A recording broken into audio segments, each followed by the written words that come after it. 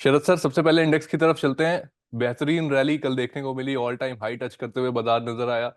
आज और कल 17 और 18 सितंबर एक काफी इंपॉर्टेंट डेट्स रहने वाले हैं फेड के आउटकम्स को देखते हुए। ऐसे में सर, इस हफ्ते के लिए किस तरीके से फेड के आउटकम्स को किस तरीके से नजर में रखते हुए स्ट्रैटेजी बनानी चाहिए, और आज आपके पास हमारे जो इंडेक्स ट्रेडर्स हैं उनके लिए क्या है सर? तो देखिए, लास्ट वीक में मैंने शेयर किया था जिस तरह से प्रोड्यूसर प्राइस इंडेक्स डेटा आया था यूएस में, दिखा रहा था कि इन्फ्लेशन प्रेशर है। तो 25 बेसिस पॉइंट का कट तो आप पहले ही डिस्काउंट कर लीजिए। अब जिस तरह की अभी मार्केट सिचुएशन बनी है, अगर आप देखें तो जो बेसिकली पोजीशनिंग है प्लेयर्स की, वो इस तरह की है कि करीब 50 बेसिस पॉइंट का कट आएगा। करीब 63% मार्केट पार्टिसिपेंट यूएस में मान रहे हैं कि 50 बेसिस पॉइंट का कट आएगा। इसकी वजह से बैंक्स का परफॉर्मेंस आपको अच्छा देखने को यूएस में मिल रहा है। अभी एफओएमसी की मीट आप देखिए, कल आएगा रिजल्ट करीब 11:30 बजे इंडिया टाइम के हिसाब से। ये मान करके चल रहा है बाजार की 2025 के अंत तक करीब 250 बेसिस पॉइंट का कट आना चाहिए। अब हिस्टोरिकली अगर आप डेटा देखें तो जब कभी हम्म। रिसेशन रहा है यूएस में और उस दौरान इंटरेस्ट रेट कट रहे हैं तो 12% एसएनपी गिरा है। लेकिन अभी अगर आप देखें तो जिस तरह के डेटा आ रहे हैं, रिसेशनरी प्रेशर यूएस में नहीं है। तो एग्रेसिव रेट कट और कोई रिसेशन नहीं रहता है तो एक गोल्डीलॉक सिचुएशन बनेगी और एक स्ट्रॉन्ग रिटर्न यूएस इक्विटी में देखने को मिल सकता है। अगर आप देखें तो इस दौरान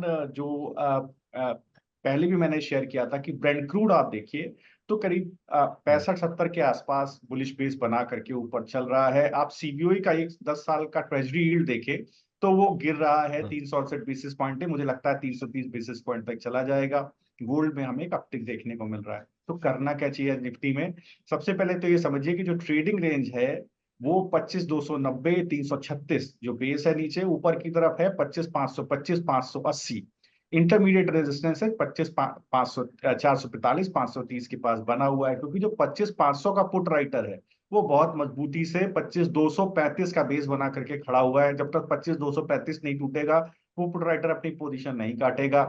तो ये एक रेंज हो जाता है आज के लिए। अगर कोई भी डिप मिलता है आपको तो आप बिल्कुल खरीदिए, लेकिन 25,225 के का डे लो नहीं ब्रेक होना चाहिए। ये बहुत इंपॉर्टेंट है, क्योंकि यहाँ पर समझने वाली बात है कि अगर 25 बेसिस पॉइंट का ही कट मार्केट ने डिस्काउंट कर लिया, हो सकता है कि हमें प्रॉफिट बुकिंग देखने को मिल जाए। सिमिलरली अगर आप बैंक निफ्टी में देखें तो एक अच्छा ट्रैक्शन है, क्योंकि यूएस में बैंक्स ने बहुत अच्छा परफॉर्म किया है। 50 बेसिस पॉइंट का कट डिस्काउंट हुआ है, जैसा मैंने आपसे डिस्कस किया। तो बैंक में आप देखें तो तो लगभग 51,920 से लेकर के 52,340 410, ये वो जोन है जिसमें आपको ट्रेडिंग होते हुए दिखाई देगी। 51,750 पर 52,200 के पुट राइटर का अच्छा बेस है। तो जब तक 51,750 डेज क्लोजिंग बेसिस पर टूटता नहीं है, बाय एंड डिप्स का व्यू बना रहेगा। यहाँ पर आप आईसीआईसीआई बैंक पहले मैं आपको सजेस्ट कर चुका हूँ। एक्सिस बैंक में आप चाहें तो यहाँ पर भी एक पोजीशन लॉन्ग साइड पे ली जा सकती है।